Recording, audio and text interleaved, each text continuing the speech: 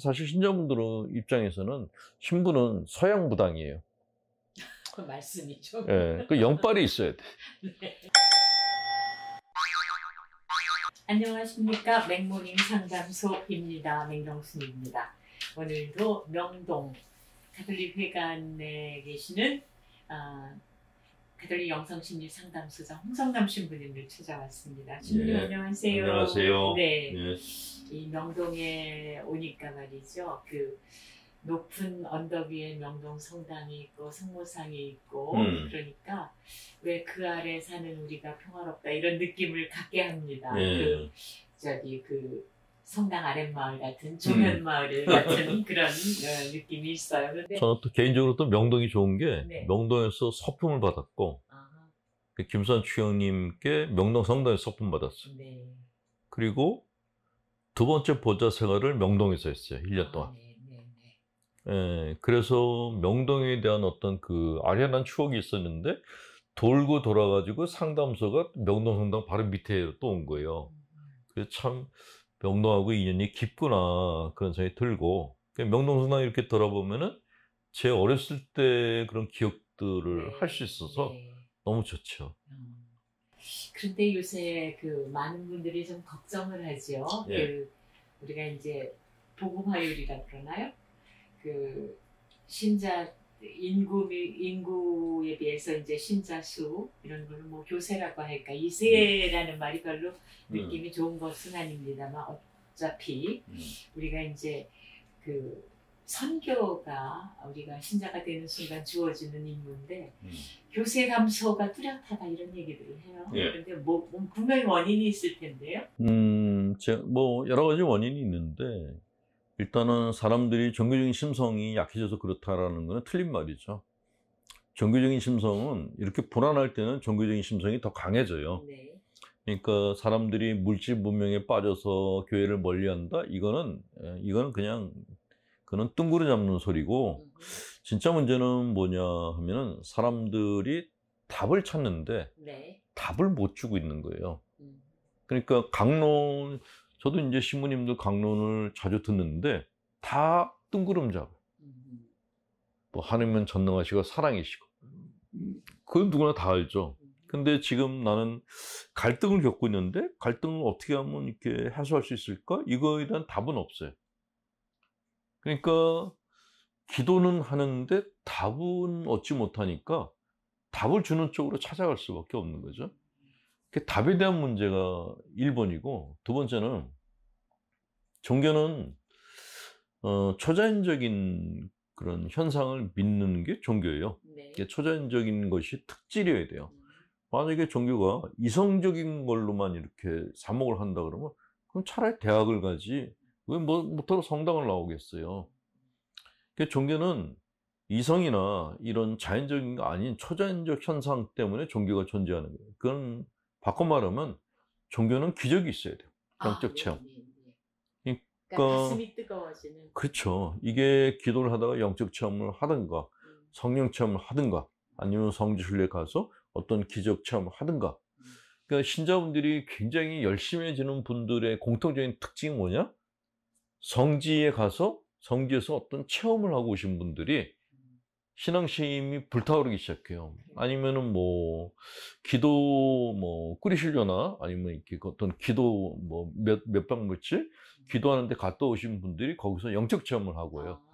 이런 분들은 뭐 주위에서 뭐라 그러든지 간에 기도 생활에 이렇게 몰입을 하세요.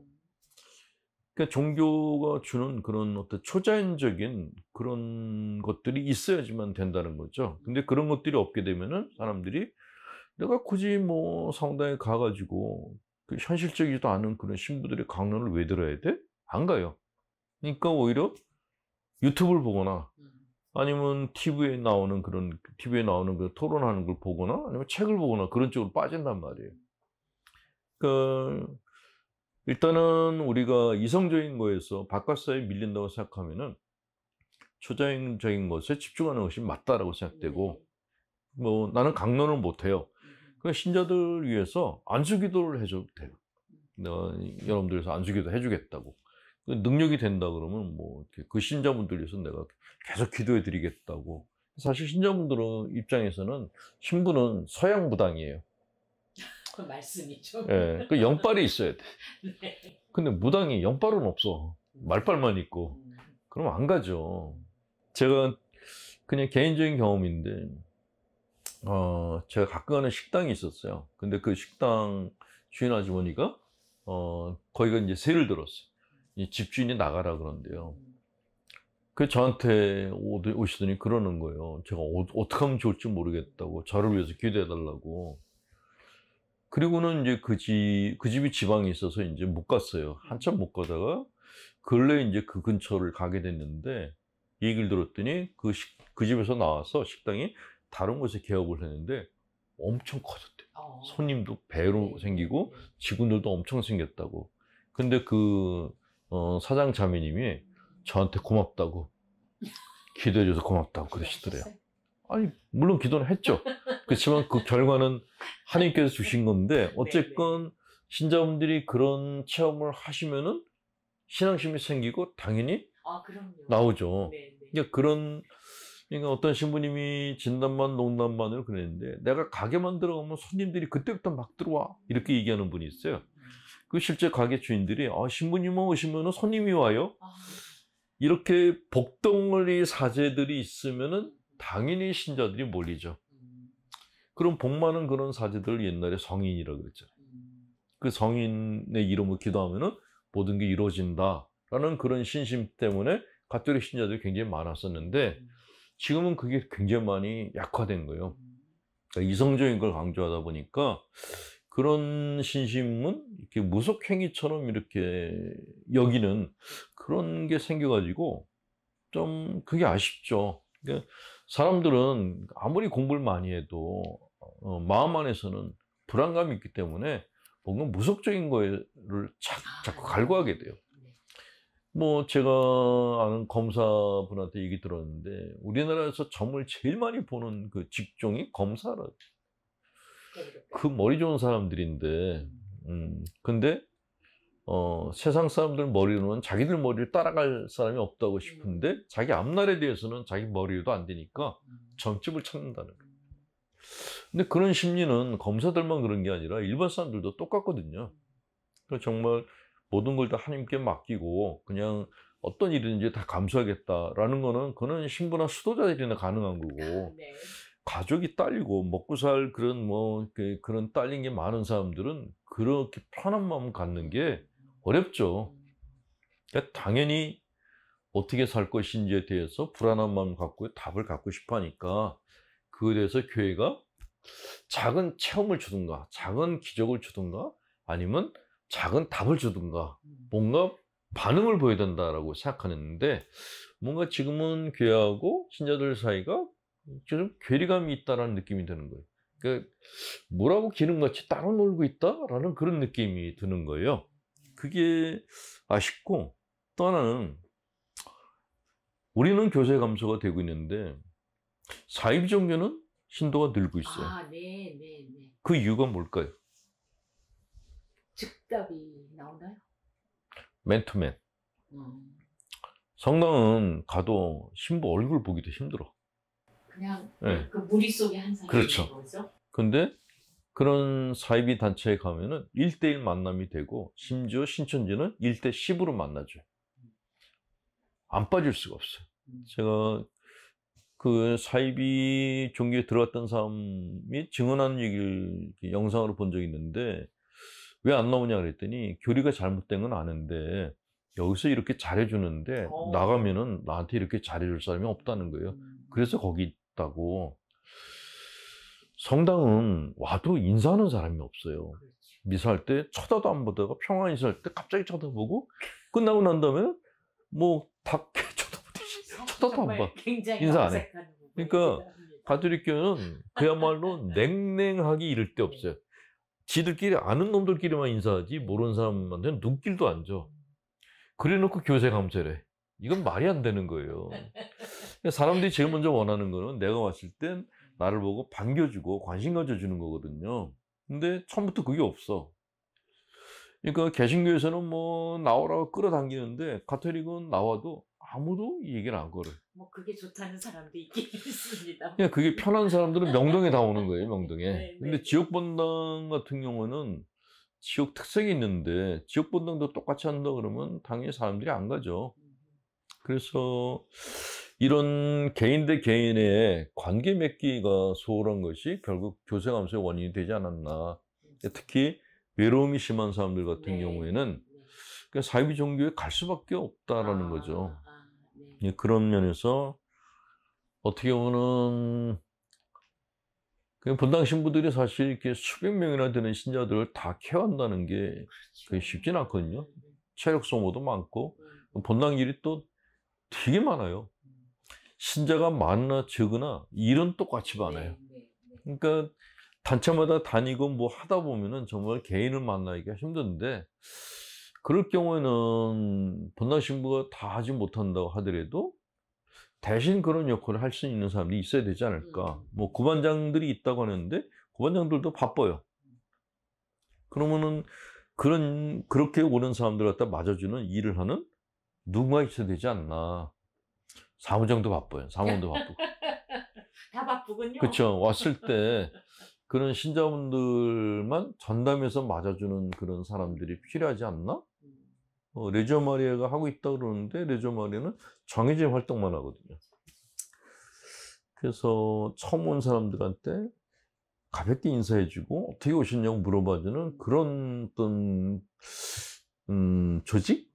모임? 이런 게 필요하지 않을까 하는 생각이 듭니다. 그러니까 교세 감소의 책임을 교회 안에서 주교님과 주임 신부님과 보좌 신부님과 수도자가 질 것이 아니라 사실 우리 각자에게 다 맡겼습니다. 예전에는 김수환 추기님 때는 신자분들이 그때 많이 늘었었거든요. 네. 그때는 김수환 추기님의 카리스마를 보고 다 찾아왔었어요. 네.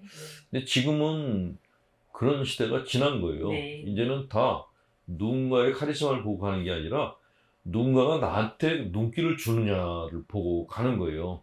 그러니까 현대 우리가 더 예전보다 더 외로워지고 약해졌나 봐요. 그렇죠. 그런 것도 있고 약해진 거는 사실이죠. 약해진 게 사실이고 예전보다는 더 개인화된 거죠.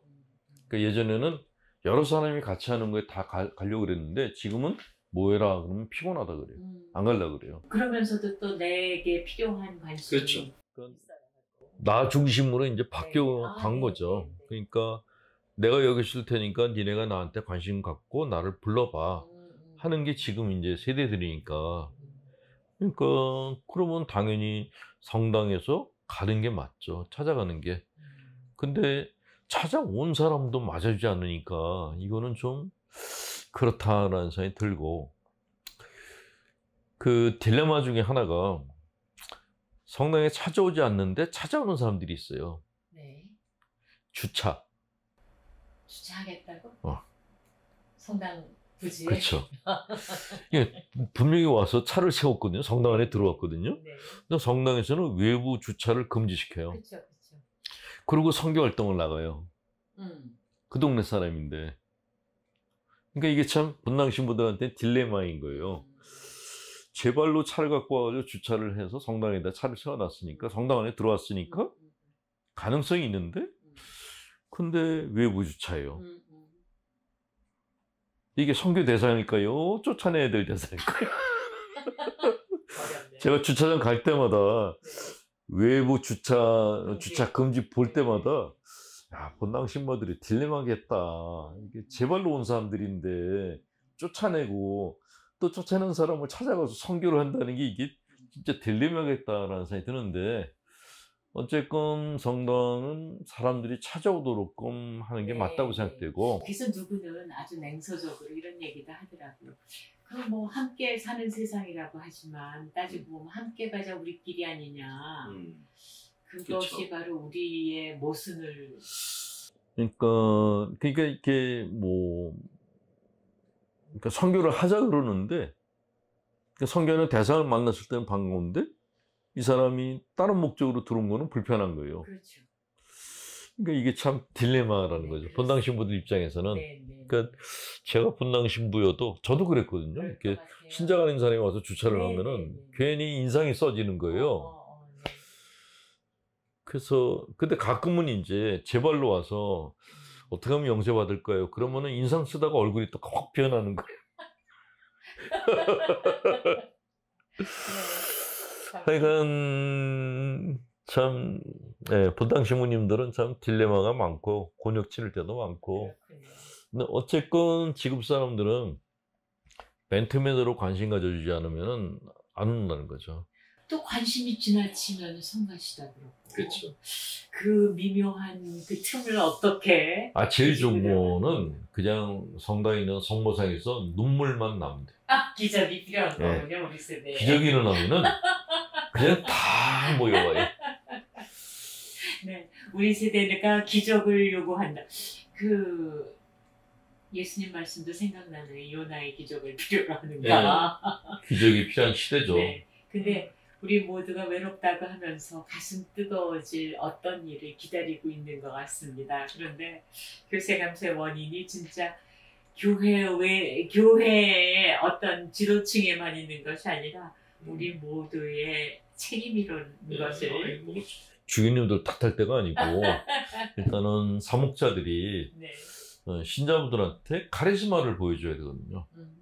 전에 제가 아는 어떤 개신교 목사님이 그런 얘기를 했어요. 개척교회를 하셨는데 어떻게 개척교회를 하고 신자들을 어떻게 유지하냐 그랬더니 둘 중에 하나라거든. 하나는 강력한 카리스마를 가지면 된대요. 카리스마 없으면 어떡하냐 그랬더니 그러면 거의 땅바닥에 엎드려서 섬겨야 된대요. 둘 중에 하나래요. 그 얘기를 한 20년 전에 들었거든요. 그때는 실감이 안 났는데 요새는 실감이 나는 거예요. 실감 나는데. 카리스마로 정말 사람들을 압도하는 강론을 하든가 그런 강론이 안 되면은 안수를 해줘가지고 병에 치유가 나는 그런 뭔가 하든가 아니면은 일일이 찾아다니면서 다 섬기는 그런 섬김의 사모가 하든가. 그러니까 뭔가 강하게 해야지 이게 물인지 술인지 모르는 상태로 하면은 다 떨어져 나간다는 거죠. 이거 보시는 신부님이 계시다면 셋 다 어려워 그러실 것 같습니다. 본당 신부들이 제가 이런 얘기를 하면은 본당 신부를 안 하니까 저렇게 속 편하게 얘기하지라고 얘기를 하죠. 근데 어쨌건 지금은 그렇게 이제 사람들이 오는 때이고 그리고 좀 본당 신부님들에게 정말 본당 사목을 열심히 할 수 있는 그런 동기도 좀 이렇게 필요한 때가 아닌가 하는 생각을 합니다. 네. 자, 오늘 상담 사연을 좀 비슷한 것이고 짧은 상담에서 두 개를 같이 묶어봤습니다. 저희에게 의논하고 싶으신 것이 있으신 분은 메일 주소로 내용을 보내주시기 바랍니다. 자, 첫 번째요. 성당에서 부부가 같이 봉사하고 있는데 주변에서 저희 부부가 설처된다고 뒷담화를 한다고 합니다. 봉사를 그만둬야 할까요? 저도 이제 본당 신부 생활을 하면서 이런 케이스들을 봤는데 봉사자가 열심히 일을 하는데 그 다른 분이 오셔가지고 내가 시키지도 않았는데 이런 일을 왜 하냐. 근데 제가 서 있는데 사모교원이 와서 그 사람 야단치는 거예요. 뭐 이런 사람이 다 있나 그랬거든요. 이렇게 본당마다 그런 갑질하는 사람들이 있어요. 특히 오래된 신자들이. 자기들이 나와서 봉사도 안 하면서 봉사하는 사람들 끌어내려는 사람들이 있는데 이거는 신자들이 아니죠. 그냥 성당에 빌부터 사는 존재들이에요. 이런 사람들은 교모금도 잘 안 내요. 그러니까 본당 돈으로 뭔가 하려고 그러고 그래 항상 이렇게 뭔가 빌붙으려고 그래요. 이런 사람들이 외부에서 사람들이 오면은 굉장히 이렇게 그 배탓이에요. 예. 그래서 사실은 교회에 암적 존재들이 있는데 봉사하는 사람들의 봉사하려는 마음을 다 꺾어버리려는 사람들은 진짜 암적 존재들이에요. 이거는 분명하게 얘기하고 싶어요. 봉사하는 사람들을 격려하고 칭찬하고 지지해주지 못할 망정 왜 이렇게 앞에 나서 설쳐대는 거야 라고 얘기하는 그 심성은 복음적인 심성이 아니라 그건 정말 마귀의 심성이라는 거 분명히 얘기하고 싶습니다. 네. 그 봉사하는데 주위 사람들이 뭐라 그러거든 다 마귀 떼들이 시끄럽게 떠드는구나 라고 생각하시고 그냥 봉사하시는 게 맞다라는 말씀을 드립니다. 네. 자, 그리고 두 번째 아주 솔직한 얘기를 쓰셨어요. 저는 연령회 봉사자입니다. 연령회 봉사는 무료로 하라고 하는데 유족들이 수고비를 주실 때가 있습니다. 그럴 때는 어찌해야 할지 첫 번째고요. 그 다음에 간혹 유족들이 수고비를 주지 않으면 솔직히 섭섭한 마음이 들기도 합니다. 제가 믿음이 부족해서 그러겠죠. 아, 굉장히 솔직한 내용이죠. 예. 일단은 연령회에서 무료 봉사 하겠다 그랬는데 유족들이 이렇게 돈을 주는 걸 이걸 받아야 될 거 말아야 될 건데 저는 받는 게 맞다고 생각하고 네. 유족들 입장에서는 이렇게 와서 고생하는데 뭐라도 이렇게 수고비를 주고 싶죠. 그러면 받아서 그걸 좋은 데 쓰시면 되죠.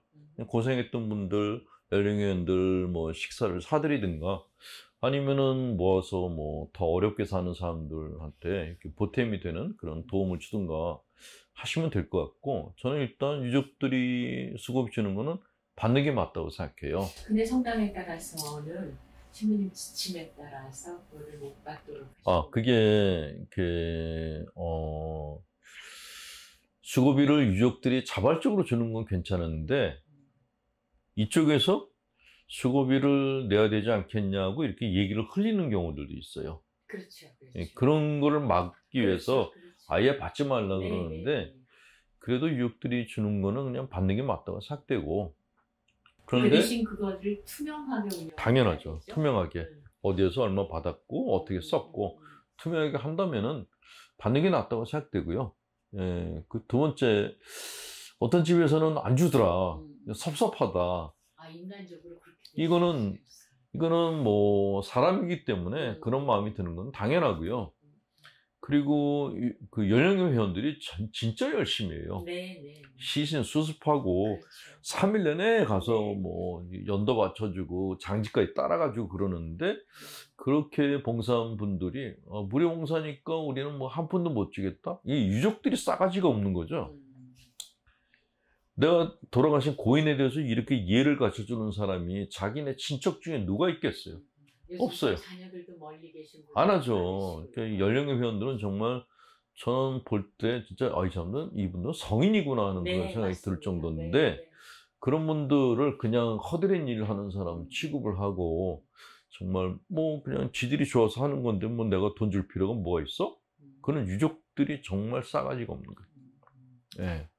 그래서 섭섭한 마음이 드는 거는 너무나 당연한 것이고 그거에 대해서 죄책감 갖거나 그럴 필요 없다라는 말씀을 드립니다. 근데 여기에 서운한 마음이 드는 것과 거기서 한 발자국 나가서 나오도록 유도한다는 게 요게만 정말 그 경계가 말이죠. 절제를 해야 되는 거죠. 네. 그러니까 그 선을 잘 지키는 그런 팀이 있는가 하면은 선을 넘어가서 결국 사단이 나가지고 뭐 본당 신부님한테 이렇게 연령회가 해체되는 그런 일들까지 있었거든요. 예, 그래서 그냥 이 사연을 올려주신 분은 선을 잘 지키시는 분인 것 같아요. 그래서 지금의 마음을 그냥 갖고 지내신다면은 별일 없을 거다라는 생각이 듭니다. 예. 네, 아주 그 본당 생활에서 아주 우리 주변에서 생기기 쉽고 또 어디 가서 또 얘기하기는 조금 거북하시고 이런 내용을 보내주셨어요. 그래서 많은 분들이 공감하시리라고 생각합니다.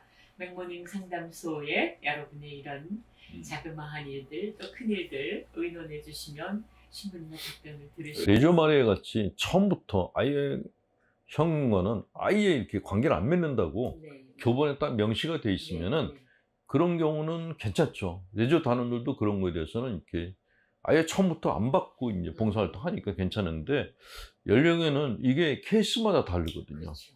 네, 그래서 연령회 하시는 분들이 자기 마음의 선을 잘 지키는 게 정말 중요하다. 그런 말씀을 드립니다. 그리고 일단 본당의 지침에서 벗어나시지 않는 게 그쵸. 좋을 것 같고요. 네. 지금까지 가톨릭 영성심리 상담소장이신 홍성남 신부님과 함께했습니다. 좋아요, 구독을 또 부탁드리면서 이 시간 마치겠습니다. 고맙습니다. 수고하셨습니다.